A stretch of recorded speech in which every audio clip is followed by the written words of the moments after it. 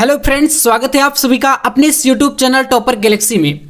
My dear friends, आज के इस वीडियो पे मैं आपके सामने लेकर आ चुका हूं क्लास 12th फिजिक्स का एक बहुत ही ज़्यादा इंपॉर्टेंट टॉपिक, जो कि हमारा होने वाला है पीएन संधि डायोड का अर्धतरंग दृष्टिकारी के रूप में उपयोग एवं साथ ही हम देखेंगे यहाँ पर पीएन संधि डायोड का पूर्ण तरंग दृष्टिकारी के रूप में उपयोग। यानी दोस्तों, आज के इस वीडियो पे हम लोग ये दोनों क्वेश्चनों का निपटारा करने वाले हैं और आप सभी जानते हैं कि फिजिक्स में ये दोनों क्वेश्चन कितना ज़्यादा इंपॉर्टेंट है और आपका ये क्वेश्चन एक क्वेश्चन मतलब पेपर में 100% आता है, चाहे पूर्ण तरंग दृष्टिकारी रूप आ जाए या तो अर्ध तरंग दृष्टिकारी का रूप आ जाए। ठीक है, तो यहाँ पर दोनों क्वेश्चनों को हम लोग कंप्लीट समझने वाले हैं, पूरा डायग्राम और इसकी जो कार्यविधि है अच्छे तरीके से आपको मैं यहाँ पर पूरा एक्सप्लेन करूंगा। तो बस यहाँ पर आपको वीडियो को लास्ट तक देख लेना है, पूरा यहाँ पर आपकी टेंशन खत्म हो जाएगी।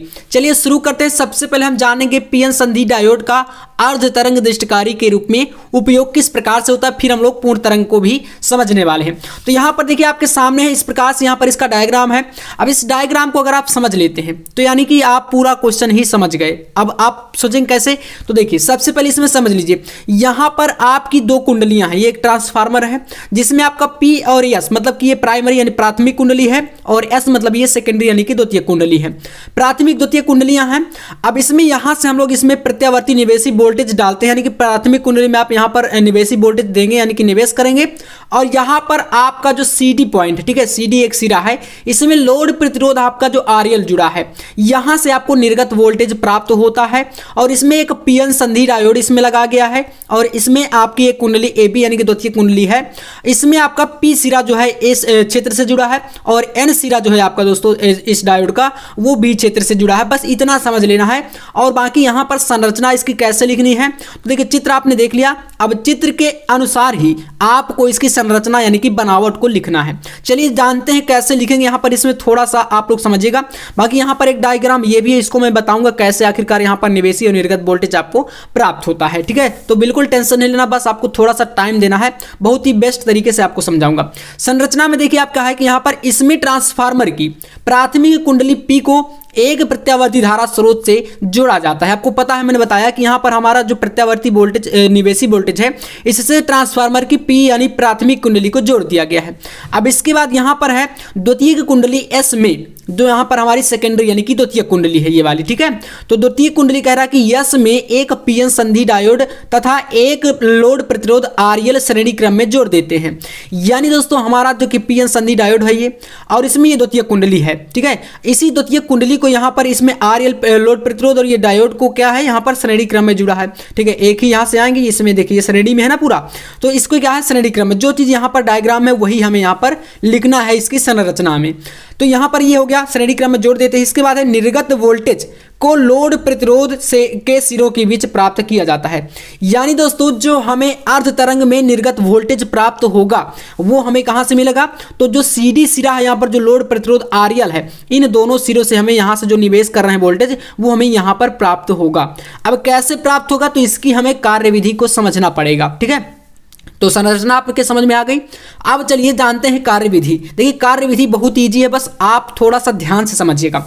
कार्यविधि में देखिए यहाँ पर है कि निवेशी प्रत्यावर्ती वोल्टेज के धनात्मक अर्ध चक्र में, यानी कि यहां पर देखिए ये ऊपर वाला आप चित्र देखिए, इसमें ये निवेशी वोल्टेज है और यहां पर आपका निर्गत दिखाया गया है। देखिए अर्ध चक्र मतलब ये जो ऊपर का सिरा है ना यहां तक का, ये धनात्मक अर्ध चक्र कहलाता है और जो नीचे आपका आता है ये होता है ऋणात्मक अर्ध चक्र। ठीक है, फिर आपका धनात्मक अर्ध चक्र, जिस प्रकार से आप लोग साइन कास में जो है मतलब मैथ के जो स्टूडेंट वो जानते होंगे, तो आप जिस प्रकार से यहाँ पर जो है इसका डायग्राम बनाते हैं वैसे यहाँ पर आप ये ऊपर का जो है 180 डिग्री धनात्मक, ये आपका ऋणात्मक होता है मैथ में जैसे बोले।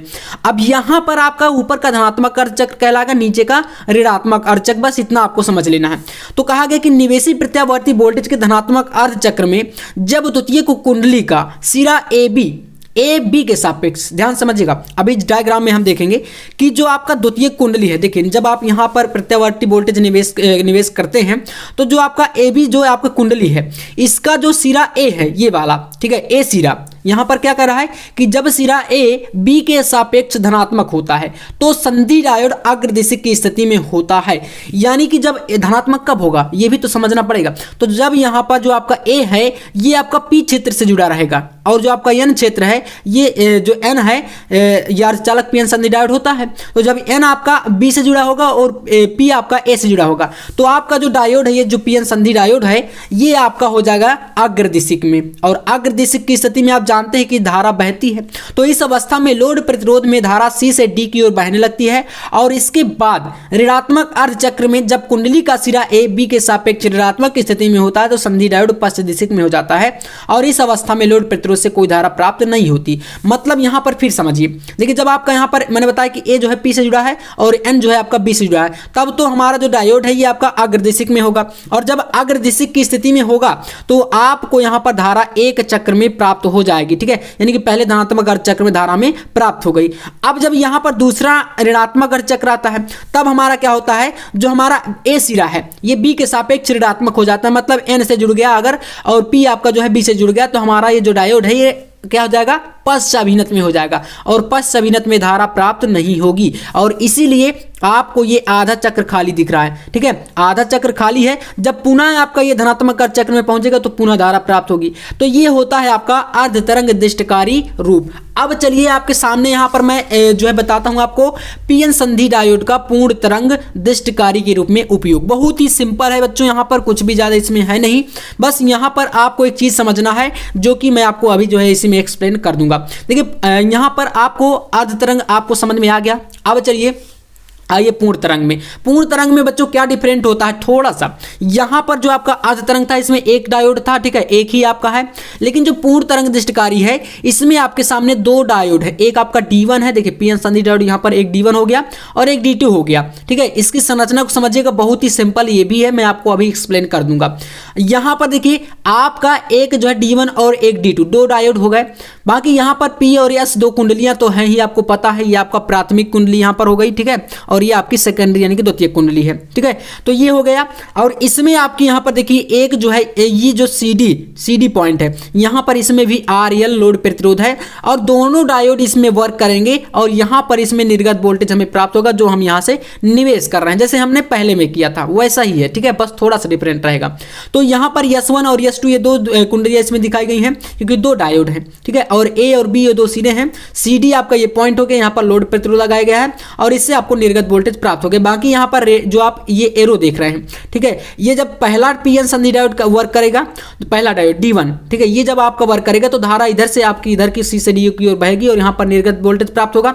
अब जब D2 जब दूसरा आपका ये कार्य करेगा, यहाँ पर ध्यान समझिएगा, तब आपको धारा यहाँ से ये जो दिशा दिख रही है इस दिशा से यहाँ पर जो है इसमें भी सी से डी की ओर बहेगी। मतलब दोनों में सी से डी की ओर प्राप्त होगी, लेकिन यहाँ पर वर्क कैसे करेगा वो समझते हैं। उससे पहले आप जान लीजिए कि इसकी संरचना क्या है। देखिए संरचना में आपको यहां पर देखिए पहले समझ लीजिए कि जो पूर्ण तरंग दिष्टकारी उपकरण होता है, पूर्ण तरंग दिष्टकारी वह उपकरण जो प्रत्यावर्ती वोल्टेज का पूर्ण भाग का दिष्टीकरण करता है, मतलब पूर्ण रूप से इसमें हमें धारा प्राप्त होगी। संरचना है बच्चों यहां पर समझिए, संरचना है कि इसमें प्राथमिक कुंडली को एक प्रत्यावर्ती धारा स्रोत से जोड़ दिया जाता है। प्राथमिक कुंडली आप सभी जानते हैं यहाँ पर प्रत्यावर्ती धारा स्रोत से जोड़ी गई है, आपको पता ही है ये। इसके बाद है कि तथा द्वितीय कुंडली से दो संधि डायोड D1 तथा D2 जोड़ दिए जाते हैं। D1 D2 दो डायोड यहाँ पर जुड़े हैं, आपको पता है द्वितीय कुंडली में ये, ठीक है, यहाँ पर ऊपर नीचे। इसके बाद यहाँ पर है तथा इसमें P क्षेत्र को एक दूसरे से जोड़ देते हैं तथा N क्षेत्र को भी आपस में जोड़ देते हैं। इसका मतलब है यहाँ पर समझिएगा थोड़ा सा, देखिए जो P क्षेत्र है हमारा यहाँ पर ये डायोड हो गया, एक ये है, इसमें ये वाला आपका इधर का P क्षेत्र और इसका इधर का P क्षेत्र। तो देखिए यहाँ से ये रेखा है ना, इधर ये दो कुंडलियाँ हैं, तो दो कुंडली जुड़ी हैं, इसमें P से P को जोड़ा गया है और N को अगर इधर से देखें तो N को इधर से N में जोड़ा गया, ठीक है। तो यही यहाँ पर बताया गया है कि P क्षेत्र को एक दूसरे से जोड़ देते हैं, इसी प्रकार से N क्षेत्र को भी आपस में जोड़ देते हैं। अब देखिए एक लोड प्रतिरोध RL को द्वितीय कुंडली के केंद्रीय निकास T तथा N क्षेत्र के बीच जोड़ दिया जाता है। देखिए यहाँ पर जो RL लोड प्रतिरोध है ये आपका क्या है, CD पॉइंट, ठीक है। इसे निकास यहाँ पर जो निर्गत वोल्टेज प्राप्त होगा यहीं पर हम प्राप्त करेंगे। तो इन दोनों के मध्य पॉइंट में ये देखिए जोड़ा गया है, ठीक है, यहाँ पर। तो ये आपका इस प्रकार से यहाँ पर वोल्टेज देगा। अब देखिए इसमें इसकी कार्यविधि को कैसे करना है, तो कार्यविधि समझ लीजिए। जो आपका यहाँ पर अर्ध तरंग था वैसे ही है। देखिए आप समझिएगा इसमें कार्यविधि को, यहाँ पर मैं आपको बताऊंगा, आपको इसको लिखना नहीं है, ठीक है। आप अपने माइंड में रीड कर लीजिए, इसको आप अच्छे तरीके से समझ जाएंगे। देखिए क्या करना है, अब यहाँ पर लिखेंगे कि जब हम प्रत्यावर्ती निवेशी वोल्टेज प्राथमिक कुंडली में डालते हैं तब हमारा जो सिरा A है, ठीक है, जो सिरा A है ये हमारा B के सापेक्ष धनात्मक अर्ध चक्र में पहले अर्ध चक्र के लिए जो आपका पीएन संधि डायोड पहला D1 है ये वर्क करेगा। तो जब हमारा पहला पीएन संधि डायोड वर्क करता है तो जो P क्षेत्र है A से जुड़ा है, आपको पता है, तो क्या होगा, ये भैया हमारा धनात्मक अर्ध चक्र में होगा। और ऐसे में आप जानते हैं कि जो आपका P सिरा जब इससे जुड़ा रहेगा तो ये आपका अग्र अभिनत में होगा। और अग्र अभिनत में आप जानते हैं कि वहां पर आपको जो RL लोड प्रतिरोध है इसमें धारा हमें प्राप्त हो जाएगी। और यही यहां पर हुआ है, ठीक है। पहले निवेश करेंगे तो पहले में हमें धारा प्राप्त हो गई। अब यहां तक में जब देखिए इससे चलकर आप यहां तक आए तो इसमें आपका ये वर्क D1 जो आपका पहला डायोड था इसमें D1 डायोड वर्क कर रहा था। तो हमें क्या होगा, निवेशी जो है निर्गत जो धारा है ये हमें निर्गत वोल्टेज मिल गया। अब आते हैं दूसरे में, तो जब हमारा दूसरा ऋणात्मक अर्ध चक्र आएगा ये वाला, इसमें देखिए क्या होता है, इसके लिए आपका दूसरा वाला डायोड जो है ये आपका D2 जो डायोड है दूसरा वाला ये वर्क करने लगेगा। अब जब दूसरा डायोड वर्क करने लगता है तो यहां से ये भी क्या करेगा, ये भी आपका यहां पर निर्गत वोल्टेज यानी कि C से D की ओर ही प्राप्त करेगा, मतलब जो है प्राप्त हो जाएगा हमें, क्योंकि पहले में आपका ये वाला डायोड वर्क करता है और दूसरे अर्ध चक्र में है जो आपका ये वाला अर्ध चक्र है इसमें ये डायोड वर्क करने लगता है और ये बंद हो जाता है। तो ऐसे में ये डायोड जब वर्क करने लगता है तो यहाँ पर भी हमें क्या होगा, एक जो है धारा प्राप्त हो जाएगी। तो ये आपका पूर्ण रूप से हो गया, ठीक है। इसमें आपका ये प्राप्त हुआ और इसके लिए आपका ये प्राप्त हुआ। फिर जब आपका ये धनात्मक अर्ध चक्र आएगा तो फिर से आपका D1 डायोड वर्क करने लगा और पुनः आपको धारा फिर से इसमें प्राप्त हो जाएगी, ठीक है। और इसी प्रकार से जब आपका ऋणात्मक, तो मतलब ये जो होता है ये सुरंग और गर्त के रूप में चलता रहता है। और एक डायोड बंद हुआ तो दूसरा वर्क करेगा, दूसरा बंद हुआ तो आपका पहला वर्क करेगा। इस प्रकार से हमें पूर्ण तरंगों के रूप में, ठीक है, यहाँ पर आप देख रहे हैं ना, पूर्ण रूप से धारा प्राप्त हो रही है। और अर्ध तरंग में हमने क्या देखा था, आधे चक्र में प्राप्त होती थी, आधे में नहीं, फिर आधे में प्राप्त होती थी, फिर नहीं। तो ऐसे यहाँ पर अर्ध तरंग होता है और जो पूर्ण तरंग होता है इसमें पूरे में ये तरंगों के रूप में हमें वोल्टेज जो है इसमें मिलता रहेगा। और बस यही होता है अर्ध तरंग और पूर्ण तरंग दृष्टिकारी रूप। तो उम्मीद है बच्चों आप लोग इसको बहुत ही बेहतर तरीके से समझ गए होंगे। और बस डायग्राम समझ लेना है, संरचना बना लीजिए। बाकी लिखने का तरीका आप अपनी भाषा में बहुत सिंपल तरीके से इसको लिख सकते हैं, बहुत ही ईजी है, ठीक है। तो बाकी वीडियो कैसा लगा कमेंट करके बताइएगा। ऐसे मोस्ट इंपॉर्टेंट वीडियो पाने के लिए चैनल को सब्सक्राइब जरूर कर लीजिएगा। मिलते हैं नेक्स्ट वीडियो में, तब तक के लिए जय हिंद, वंदे मातरम।